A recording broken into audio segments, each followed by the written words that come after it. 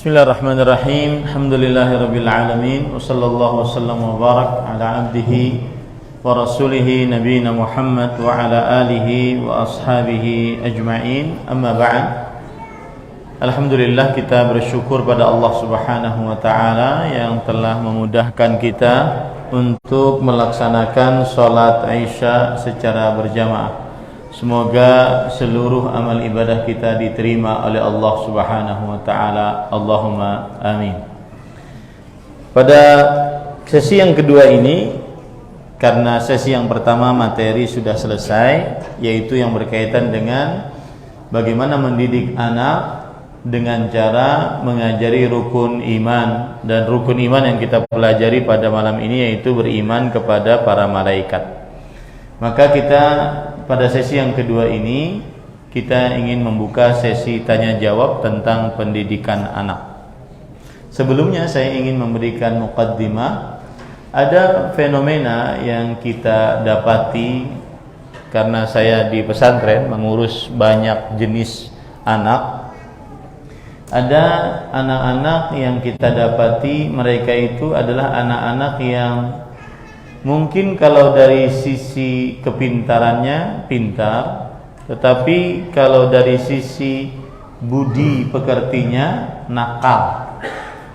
Nah, apa metode yang dilakukan oleh orang tua agar anak kita tidak nakal, sehingga kalau diperintah menurut, tidak membangkang atas perintah, kalau dinasihati menerima, tidak merendahkan yang menasihati. Dan ini sangat penting nanti kalau seandainya anak tersebut akan disekolahkan di sebuah lembaga pendidikan seperti pesantren atau sekolah-sekolah non boarding, karena anak tersebut akan berhadapan dengan orang lain yang merupakan atasannya, gurunya, atau yang semisalnya. Wallahu a'lam, salah satu cara yang paling jitu untuk mendidik agar anak itu berakhlak yang mulia semenjak dari rumah, tidak suka melawan, tidak suka merendahkan, adalah dengan cara yang pertama, yaitu qudwah hasanah. Sebagaimana Rasulullah sallallahu alaihi wasallam. Makanya Rasulullah sallallahu alaihi wasallam disebutkan oleh Allah dalam Al-Qur'an, laqad kana lakum fi Rasulillahi uswatun hasanah. Telah nampak di dalam diri Rasulullah sallallahu alaihi wasallam suri tauladan yang baik. Nah, maka contohkan yang baik kepada anak-anak kita, sehingga mereka akan melihat hal-hal yang baik, baik itu dari ucapan, dari perbuatan, kesepakatan. Anak akan merendahkan orang lain ketika dia melihat sekitarnya juga merendahkan orang lain. Anak akan tidak tepat janji apabila orang yang paling dekat dengannya, yaitu orang tua, sering tidak tepat janji. Anak susah untuk mengatakan mohon maaf, terima kasih, jika berkenan. Susah jikalau memang orang tua di rumah tidak mengajarkan hal tersebut, tidak mengajarkan untuk minta maaf, tidak mengajarkan untuk terima kasih, jazakallahu khairan, tidak mengajarkan untuk jika berkenan, lau samahta, ya, dalam bahasa Arabnya. Maka sulit untuk anak terbiasa dengan hal itu, dan anak kita akan bersama kita minimal saat dia sampai umur SD saja. Setelah itu dia keluar, baik itu dia dipesantrenkan ataupun ke lembaga-lembaga pendidikan yang boarding, sehingga dia lebih terjaga. Nah, ini masukan tadi dari yang jemput saya kepada Yayasan Cahaya Sunnah ya, yang ada di sini. Cahaya Islam atau apa, pokoknya yayasan yang mengurus, yang membawahi di Masjid Al-Amin, karena kita bertekad untuk membangun sebuah sekolahan, mudah-mudahan Allah memudahkan, yaitu sekolahan untuk para perempuan di zaman sekarang. Makanya di Balikpapan tema saya adalah anakku sudah tidak perawan, karena saya melihat fenomena yang sangat luar biasa di zaman sekarang. Seorang perempuan ketika dia sudah tidak perawan dengan cara berzina di masa mudanya, itu menganggap sebuah biasa, padahal itu adalah salah satu harta yang paling besar yang dia miliki. Maka kembali ke permasalahan tadi, agar anak kita tidak nakal, menerima saat dinasihati, tidak membangkang, tidak merendahkan orang yang menasihati, maka buatlah di rumah kita yang mana anak itu akan bersama kita pada golden time-nya, pada waktu-waktu emasnya, yaitu saat dia mulai dari umur 0 sampai umur 12 tahun. Dia terbiasa dengan ucapan jazakumullahu khairan, terima kasih, afwan, sekiranya, jikalau berkenan, dan seterusnya, ya, sehingga dia terbiasa dengan pemandangan seperti itu. Kemudian yang kedua adalah kiat yang paling utama, dan ini kita bisa ambil dari Rasulullah SAW mendidik anak kecil, seperti Anas bin Malik radhiyallahu anhu. Ketika umur 10 tahun, dari umur 10 tahun kemudian 10 tahun bersama Rasul sallallahu alaihi wasallam, Anas bin Malik akhirnya mengambil sebuah konklusi ringkasan ketika beliau bergaul dengan Rasul sallallahu alaihi wasallam. Beliau mengatakan, "Ma raaitu ahadan ahsana khuluqan min Rasulillah sallallahu alaihi wasallam." Aku tidak pernah melihat seseorang yang lebih baik akhlaknya dibandingkan Rasul sallallahu alaihi wasallam. Kita mengakui kita bukan Rasul sallallahu alaihi wasallam, tetapi kita bisa mencontoh Nabi Muhammad sallallahu alaihi wasallam. Kita mengakui kita orang tua tidak seperti Rasul sallallahu alaihi wasallam, tetapi kita bisa mencontoh Rasul sallallahu alaihi wasallam. Kemudian Anas bin Malik menceritakan apa akhlak baik tersebut. Daraba Rasulullah sallallahu alaihi wasallam khadiman wala imra'atan yamlikuha. Rasul sallallahu alaihi wasallam tidak pernah memukul anak yang dia miliki ataupun perempuan istri yang dia miliki, meskipun di dalam sabda-sabda Nabi Muhammad SAW yang lain diperbolehkan untuk memukul, untuk memberitahukan bahwa kamu ini salah nak dengan pukulan tersebut. Itu pun pukulan yang tidak menyakitkan. Maka para ikhwan yang dirahmati oleh Allah Subhanahu wa taala, hendaknya orang tua memperlihatkan contoh yang baik. Memperlihatkan contoh yang baik. Ini kiat paling jitu agar anak tidak nakal. Agar anak tidak, dan itu bukan warisan para ikhwah. Memang bapaknya seperti itu, akhirnya ikut juga gitu. Enggak ada.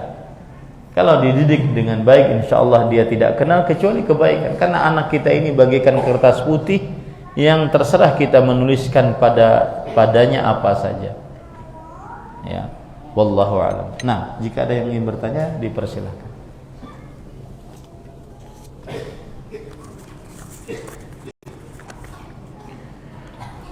Bagaimana hukum orang tua sering menakut-nakuti anak apabila tidak mau mengikuti orang tua? Contohnya, apabila tidak mau nurut, orang tua bilang ke anak, kamu keluar sana, atau kamu akan tinggal sendiri, atau awas saya panggilkan Om Fulan. Ini kurang tepat, karena tidak semua pendidikan harus dengan rasa takut.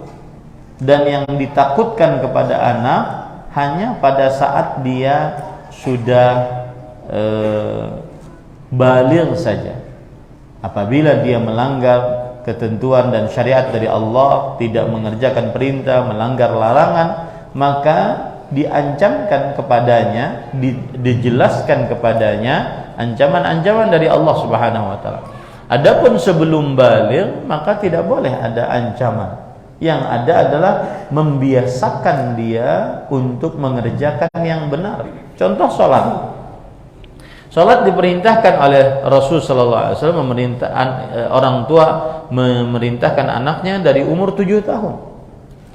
Ya, muru auladakum bis shalah wa hum abna'u sab'i sinin.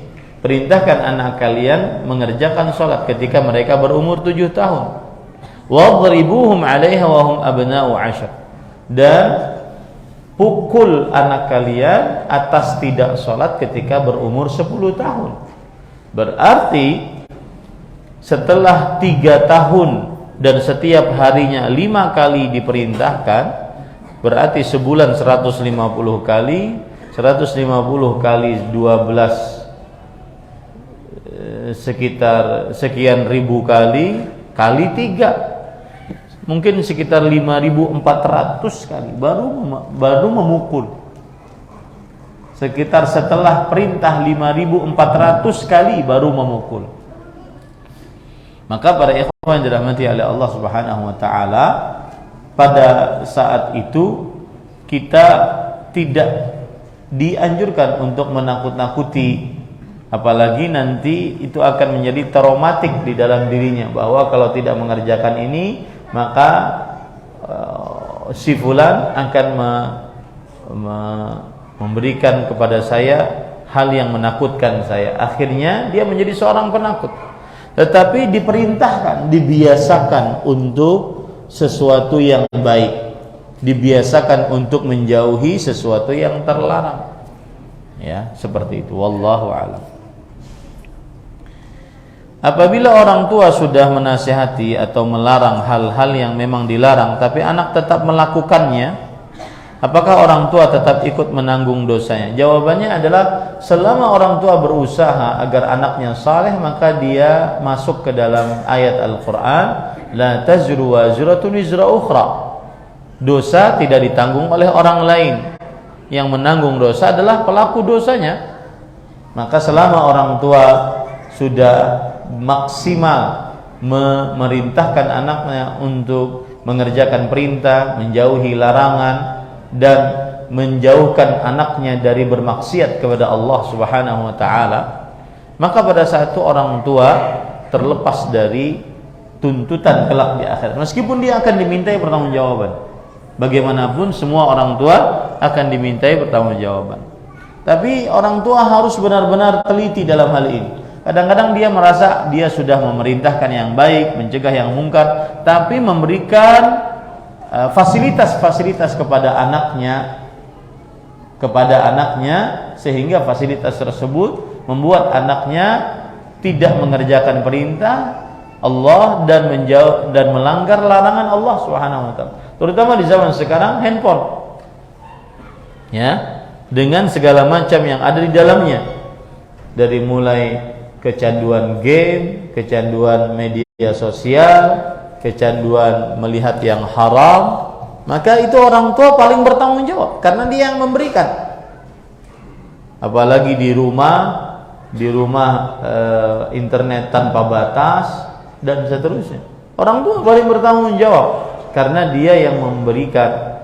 Al-mutasabbib kal mubashir, kata para ulama rahimahumullah taala, yang artinya orang yang menjadi penyebab dia seperti pelaku langsung. Man dalla ala khair falahu mithlu ajri fa'ilih. Siapa yang menunjukkan kepada kebaikan, maka dia mendapatkan pahala seperti pelaku kebaikan tersebut. Pemahaman balik dari hadis ini, barang siapa yang menunjukkan kepada keburukan atau memberi sarana kepada keburukan, maka dia akan mendapatkan dosa atas keburukan yang dia tunjukkan. Man sanna sunnatan sayyi'ah falahu wizruha wa wizru man amila biha ila yaumil qiyamah min ghairi an yanqusa min auzarihim syai'a. Siapa yang menunjuki kepada sebuah dosa, maka dia akan mendapatkan dosanya dan dosa orang-orang yang dia tunjuki, dan kemudian orang tersebut melakukan dosa sampai hari kiamat. Makanya ada hadis Rasul sallallahu alaihi wasallam riwayat Bukhari dan Muslim, ma min muslimin yastar'ihi Allahu ra'iyyah yamutu wa huwa ghashin li ra'iyatihi illa harrama Allah alaihi raihatul jannah. Tidaklah seorang muslim diberikan kepemimpinan untuk memimpin orang-orang yang di bawah pimpinannya, anak istrinya. Kemudian dia meninggal dalam keadaan dia menipu orang-orang yang dia tinggalkan, yang dia pimpin selama ini, menipu. Maka diharamkan atasnya mencium bau surga. Dan sesungguhnya bau surga bisa tercium dari jarak yang sangat jauh. Imam Ibn Utsaimin rahimahullah ketika menjelaskan hadis ini, beliau mengatakan yang dimaksud dengan menipu salah satunya di zaman sekarang adalah, dulu tidak ada media sosial, di zaman sekarang adalah dish, parabola, yang dengan parabola tersebut semua channel bisa dilihat. Itu di zaman dulu, zaman 20-an tahun yang lalu. Beliau wafat 1420. Ya. Sekarang bagaimana kalau seandainya beliau melihat zaman sekarang? Mungkin akan mengatakan termasuk penipuan orang tua terhadap anaknya adalah memberikan kepada anaknya tontonan-tontonan, fasilitas-fasilitas yang tidak bermanfaat untuk anaknya. Ya, yang tidak bermanfaat untuk anaknya.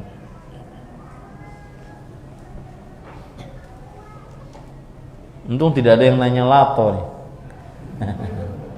Saya punya pengalaman, itu kan mainan dulu. Coba cek di internet kapan negara Denmark membuat karikatur, kalau tidak salah, gambar yang menghina Rasulullah SAW. Ada beberapa tahun yang lalu. Waktu itu saya masih kuliah di Universitas Islam Madinah. Waktu itu saya jalan bersama Al-Ustadz Al-Fadhil Akhi Fillah, saudara saya karena Allah, Abu Abdul Muhsin Dr. Firanda Andir Hafizahullah Ta'ala.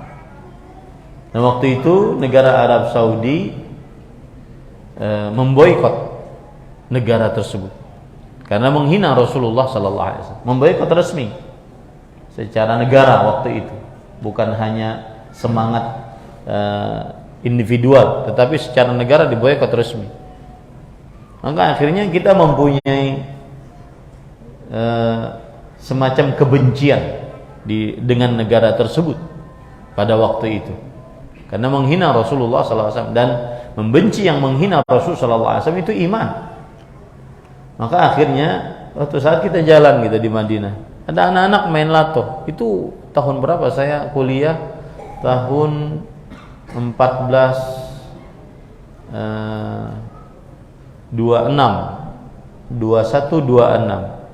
Kalau Masehinya sekitar 2006 lah saya lulus. Berarti antara 2001 2006. Waktu itu. Ya, jadi itu mainan sudah lama. Dan kita melihat anak-anak yang seperti itu, kita katakan untuk menghina Rasulullah SAW. Ini yang main ini Denmarki. Ini made in Denmark. Made in Denmark artinya hal yang sangat tidak bermanfaat. Hal yang sangat tidak bermanfaat. Mengganggu orang, kemudian tidak bermanfaat. Nah, ini akan ditanya oleh Allah Subhanahu wa taala. Ya.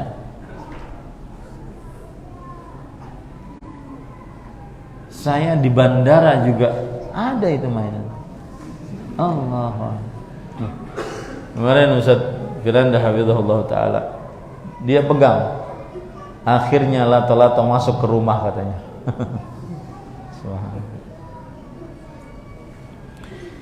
Ya.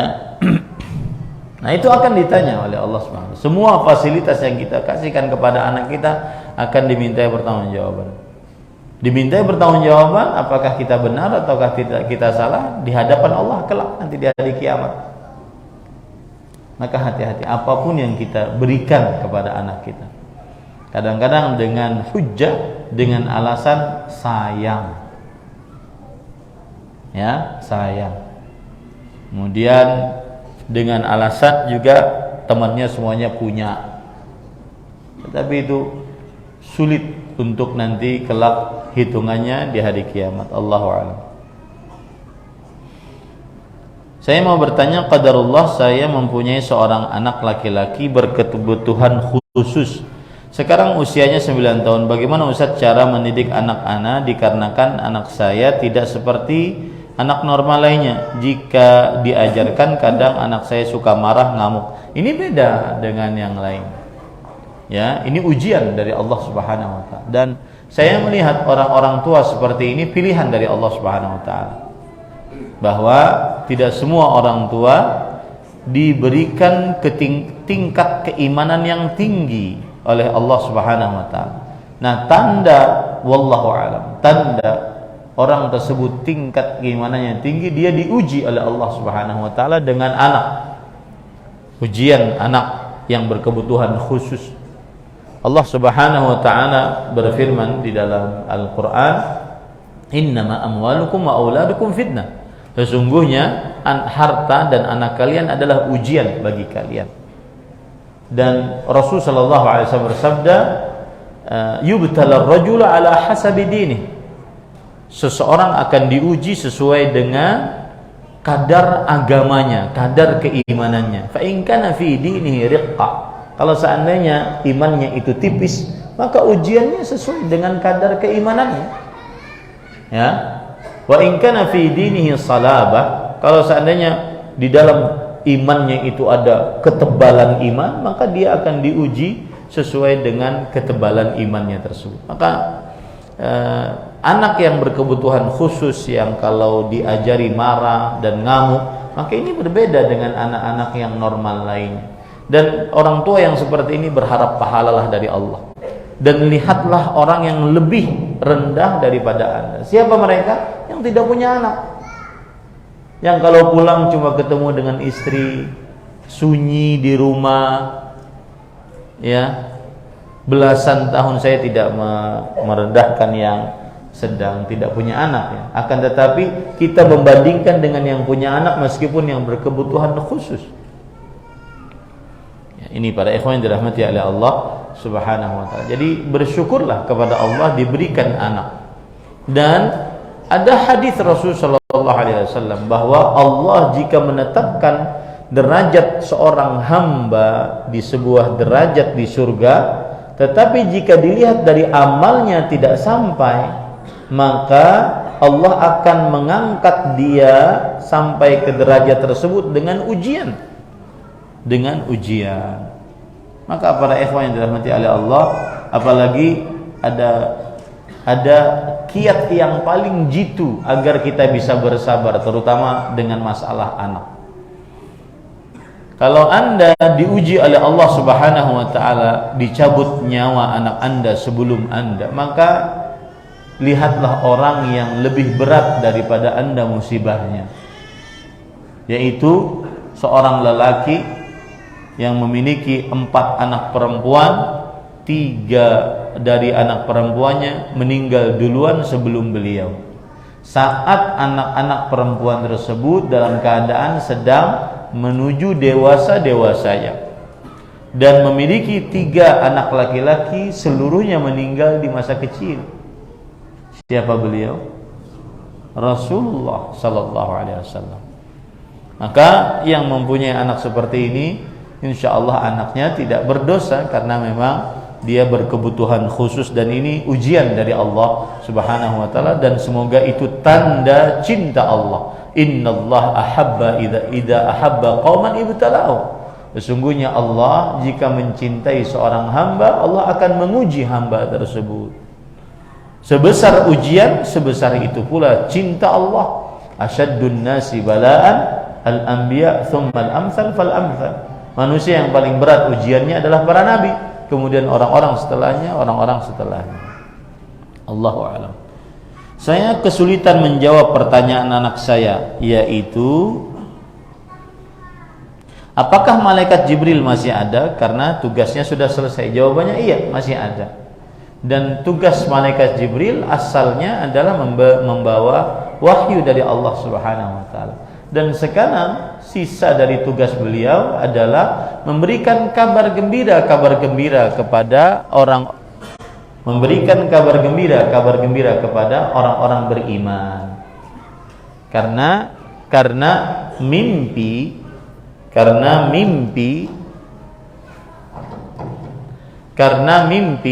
itu adalah 69 bagian dari bagian kenabian. Mimpi yang baik yang dimimpikan oleh orang-orang beriman, mimpi masuk surga, mimpi bertemu dengan Nabi Muhammad sallallahu alaihi wasallam, mimpi bertemu dengan Abu Bakar, Umar. Subhanallah. Ya, mimpi bertemu dengan orang-orang saleh, mimpi melihat mendapatkan syafaat Rasulullah sallallahu alaihi wasallam. Maka ini termasuk dari bisyarah, kabar gembira dari bagian-bagian kenabian, dan itu dilakukan oleh Jibril alaihissalam.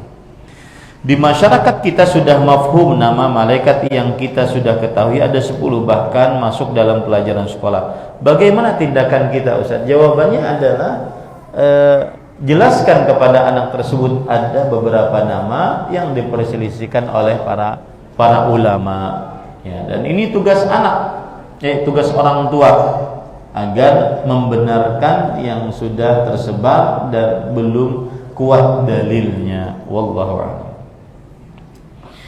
Agar didoakan oleh malaikat, seperti apa kalimat salawat yang diajarkan, Ustaz? Jawabannya bersalawat.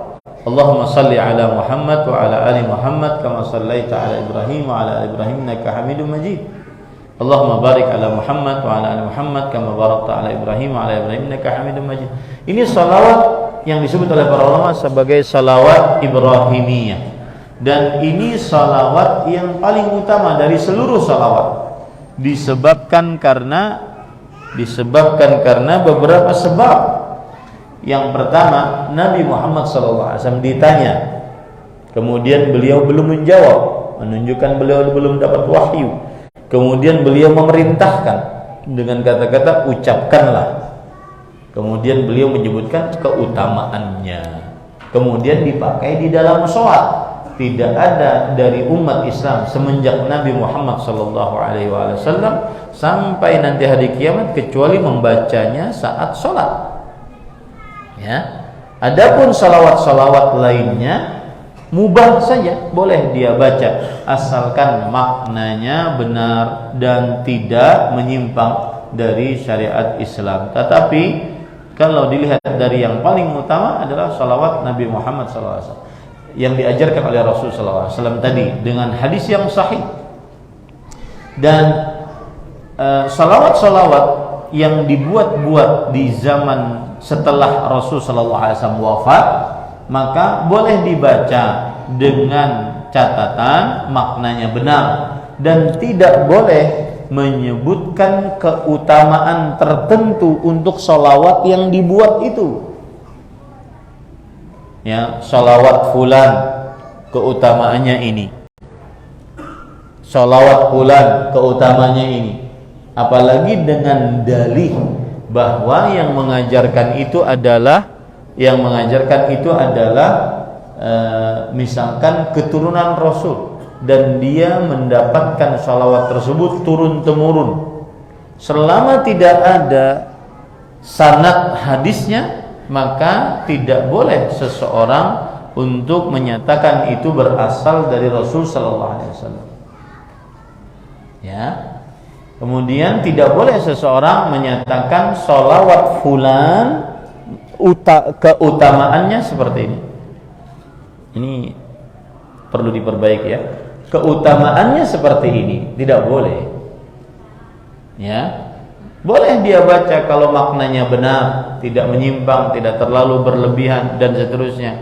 Tetapi mengatakan sholawat fulan pahalanya seperti ini, maka ini tidak boleh.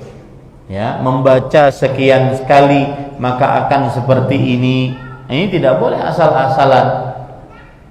Harus dengan dalil yang sahih dari hadis Rasul sallallahu alaihi wa ala alihi wasallam. Wallahu a'lam.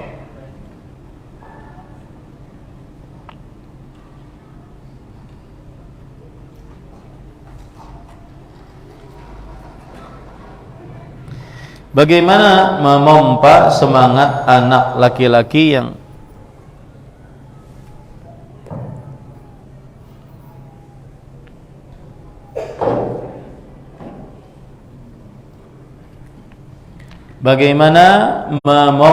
semangat anak laki-laki yang baru baligh agar tetap sholat subuh di masjid, sedangkan saya ibu tunggal, tidak ada sosok laki-laki selain anak saya satu-satunya ini dan adiknya perempuan. Jawabannya adalah memomponya ibunya menikah lagi. Ya, ini banyak nih yang siap jadi pemompanya, ibunya menikah lagi. Karena bagaimanapun anak kita laki-laki itu sangat perlu sosok seorang ayah, karena dia akan menjadi pemimpin. Sedangkan ibu tidak bisa mengcover sosok seorang ayah. Ya, maka apalagi ini disebutkan anak laki-laki, dia perlu sosok seorang ayah. Maka bukalah hati untuk seorang laki-laki yang saleh. Jamaah Masjid Al-Amin. Ya, seperti itu. Taib. Yang kemudian cara yang kedua, dijelaskan kepada anak tentang hukum berjamaah di masjid. Ya. Kemudian yang ketiga, dijelaskan kepada anak tentang keutamaan melaksanakan sholat berjamaah di masjid. Hukumnya sholat berjamaah di masjid bagi laki-laki yang muslim baligh berakal muqim maka wajib, dikarenakan beberapa sebab, di antaranya perintah Allah dalam Al-Qur'an, warka'u ma'ar raki'in, dan rukuklah bersama orang-orang yang ruku, yaitu di masjid. Kemudian ya, sebab yang kedua, Rasulullah SAW berniat membakar rumah para lelaki yang tidak sholat berjamaah di dalamnya. Beliau tidak jadi bakar karena ada perempuan dan anak-anak kecil dan orang-orang tua yang lemah, dan tidak mungkin diancam dengan dibakar kecuali karena meninggalkan sesuatu yang wajib.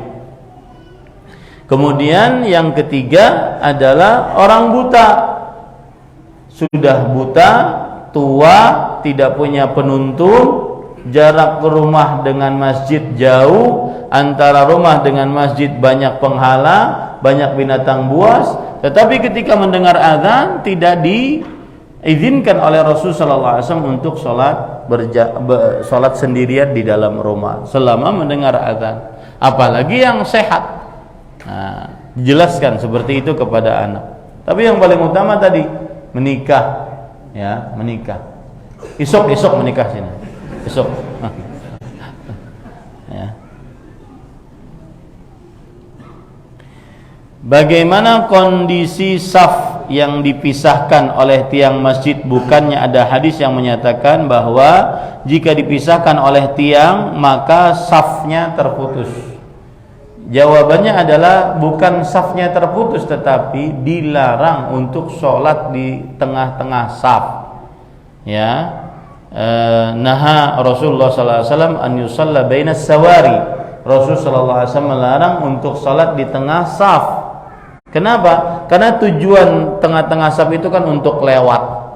Itu penyebabnya. Tetapi jika masjidnya penuh, kemudian tengah-tengah saf itu harus bisa diisi, maka isilah, karena berarti fungsi dari atau sebab dilarangnya sholat di antara dua tiang tersebut sudah hilang, sebabnya, illatnya sudah hilang. Al-hukmu yaduru ma'allati wujudan wa adaman, hukum berputar dengan sebabnya, ada atau tidak ada sebabnya. Maka ketika sebab dilarangnya sholat di antara dua tiang itu menyulitkan orang untuk lewat, mondar-mandir, maka sudah hilang kalau seandainya penuh, masjidnya penuh. Ya, wallahu a'lam. Alhamdulillah kita punya masjid yang didesain memang tidak ada tiang. Ini saya sangat suka sekali dengan masjid yang seperti ini. Ya, agar penuh, kemudian tidak ada tiang yang menghalangi antara saf. Walhamdulillah. Sab pertama, tidak rapat apa dapat doa dari malaikat? Jawabannya adalah yang disebutkan dalam hadis adalah orang yang menyambung saf. Jadi di depan dia ada kekosongan lalu dia sambung. Nah, ini yang patut diperhatikan. Ini saya sering juga ingatkan kepada santri-santri saya. Saya bilang suddul khalal. Isi yang kosong, bukan bergeser. Ya, sebagian kaum muslimin kadang bergeser. Enggak, jangan bergeser. Kalau seandainya samping kanan Anda, samping kiri kosong, diam aja. Enggak usah bergeser. Semestinya yang harus bergerak yang mana? Belakang maju ke depan. Nah, itu yang mendapatkan doa malaikat. Itu yang mendapatkan doa malaikat. Allahu a'lam. Benarkah cara orang tua yang memberikan kebebasan pada anaknya untuk berekspresi dan tidak menegur jika anaknya salah? Contohnya pada saat kajian, sebenarnya anaknya sudah membuat keributan, tapi orang tuanya hanya diam saja. Padahal ada jamaah yang lain juga serius mendengarkan. Terkadang ada poin penting yang luput karena bertepatan anak itu berteriak. Ini secara tidak langsung curhat. Ya. Maka jawabannya adalah bersabarlah dengan samping kanan, samping kirinya. Ya, bersabarlah. Karena memang dunia anak ya seperti itu. Kalau seandainya yang lari-lari yang jenggotan, nah ini yang kurang wajar. Ya, jadi bersabarlah. Jadi kalau ditanya pada ikhwan yang dirahmati Allah tadi orang tua yang bawa anak ke masjid, baik untuk saat sholat berjamaah ataupun saat saat mendengarkan majelis ilmu, maka dia bagaimanapun dia mempunyai tanggung jawab. Ya, bagaimanapun dia mempunyai tanggung jawab agar dia menjaga anaknya tidak mengganggu sholat berjamaah ataupun majelis ilmu. Tetapi kalau seandainya yang lainnya merasa terganggu dengan anak-anak tersebut, maka bersabarlah. Ya, wallahu a'lam. Bagaimana mendidik anak lelaki yang sedari kecil tidak memiliki ayah, yang mana anak lelaki tetap harus mendapatkan pendidikan dari sisi sebagai pria yang itu tidak dimiliki oleh sang ibu? Kawin, makanya julukan kawin. Menikahlah kasih isuk kah? Lagi lama dulu lah, jangan. Ya, isuk kawinnya isuk. Langsung. Ya. Ketua masjid siap, mana Kayuli mana? Janganlah. Ya. Jadi nikah para ikhwan yang dirahmati oleh Allah Subhanahu wa taala. Nikah lebih utama dibandingkan tidak menikah. Ya, baik bagi laki-laki ataupun perempuan. Yang menikah satu, nikahlah 2, 3, 4. Kalau mampu. Kalau wani mun kaya ulun ni kan wani sudah ya, terima aja kita. Ya. Maka pada ikhwan yang dirahmati oleh Allah Subhanahu wa taala, kalau mampu. Saya pernah bertemu, mungkin malam ini saya keluarkan videonya. Saya pernah bertemu dengan kawan baru saya.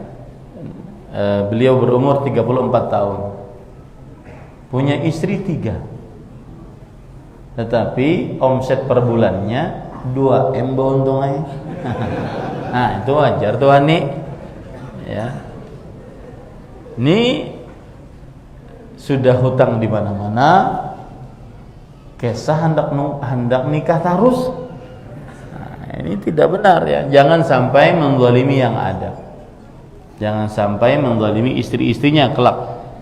Maka saya nasihatkan nikahlah. Para janda-janda yang mempunyai anak laki-laki memerlukan sosok seorang ayah, menikahlah. Tidak ada cara lain. Tidak ada cara lain.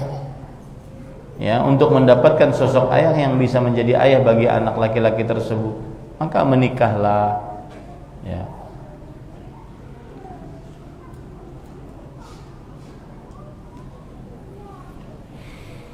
anak dididik dengan baik, hanya Sabtu Ahad libur ke tempat kakak ipar. Di sini terbiasa diberi HP dan melihat YouTube. Bagaimana solusinya? Sebenarnya bukan urusan diberi HP dan YouTube, tetapi apa yang dia lakukan dengan HP tersebut. Ya, kalau di YouTube dia melihat hal-hal yang bermanfaat, maka itu tidak mengapa. Kalau dengan HP tersebut dia mendapatkan hal-hal yang bermanfaat, maka ini tidak mengapa. Bukan berarti dia diharamkan untuk memegang, tetapi dia harus diberikan arahan saat memegang tersebut. Ya. Nah,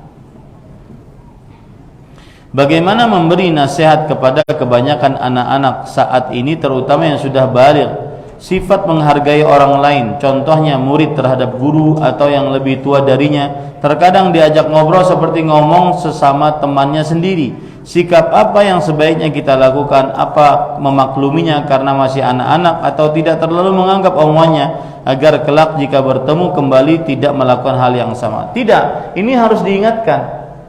Kalau itu anak kita, harus kita ingatkan. Nah, kalau ngomong dengan orang tua harus mendengarkan dengan baik, menjawab dengan baik. Itu namanya kesopanan.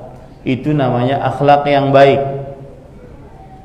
Kemudian sebutkan tentang ajaran Rasul sallallahu alaihi wasallam, laisa minna man lam yarham saghirana wa lam yuqir kabirana. Bukan dari jalan orang-orang yang mengikuti ajaran kami, orang yang tidak menyayangi anak kecil dan tidak menghormati orang tua. Kalau kamu berbicara dengan bapak sekarang seperti itu, maka itu namanya tidak sopan. Nah, jelaskan kepada dia, karena anak itu kan dia menganggap bahwa ini tidak mengapa, apalagi dia melihat di media sosial bahwa ini nggak mengapa. Ya, beberapa berita yang pernah terlihat, mengapa di zaman sekarang anak-anak sangat beringas, melakukan tawuran, melakukan pemukulan, sangat beringas karena tontonan yang tidak pernah dia lihat sebelumnya. Maka akhirnya itu menghinggap kepada dia, akhirnya dia ingin praktekkan. Nah, kita sebagai orang tua harus mengingatkan bahwa itu keliru, ya, bahwa itu keliru. Dan jangan lupa juga berdoa kepada Allah. Walaupun anak kita sebejat apapun, berdoa kepada Allah. Lihat Nabi Nuh alaihi salam. Inna wa'dakal haqq wa anta ahkamul hakimin. Ya Allah, sesungguhnya janjimu benar dan engkau adalah sebaik-baik yang memberikan keputusan. Maksudnya perbaikilah anak. Berdoa kepada Allah Subhanahu wa taala. Jangan lupa itu. Wallahu a'lam. Bagaimana menjelaskan kepada anak usia SD, putri dan putra tentang larangan suka atau pacaran kepada teman yang sesama berada di satu lingkungan sekolah, dan bagaimana penjelasan ke anak-anak usia kelas 1 sampai kelas 2 SD?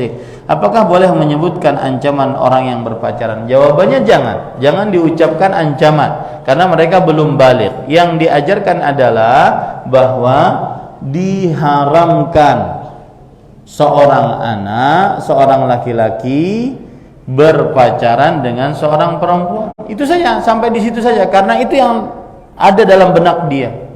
Dan itu tugas berat di zaman sekarang, para ikhwan. Saya sering mengatakan, para ulama sekarang mengatakan kita di zaman yang tersebarnya keburukan tidak pernah ada di zaman sebelum kita melalui media sosial. Apalagi media sosial di negara kita membiarkan yang seperti itu. Anak-anak diwawancarai, anak-anak SD umur 10-an tahun, 11, 12 tahun. Mulai kapan pacaran dengan ini? Itu kan menghinggap pada anak kita. Makanya bersyukurlah orang tua yang tidak pernah memperlihatkan kepada anaknya tontonan seperti itu, dengan cara tidak memiliki yang seperti itu. Bersyukurlah anak-anak yang meskipun sudah kelas SMP, maka tidak memberikan hal-hal yang tontonan seperti itu kepada anak-anaknya. Yang dia miliki cuma buku yang dia tahu cuma baca buku yang bermanfaat, bersyukur kepada Allah Subhanahu wa taala. Itu petunjuk dari Allah Subhanahu wa taala. Saat anak-anak main dengan HP-nya, main game, minimal dia malah baca buku. Ya. Maka bersyukur kepada Allah Subhanahu wa taala. Nah, wallahu a'lam, sudah jam 9, kita cukupkan dengan kafaratul majlis. Subhanakallah bihamdik asyhadu an la ilaha illa anta astaghfiruka wa atubu ilaik. Sallallahu nabiyana Muhammad walhamdulillahi rabbil alamin. Wassalamualaikum warahmatullahi wabarakatuh.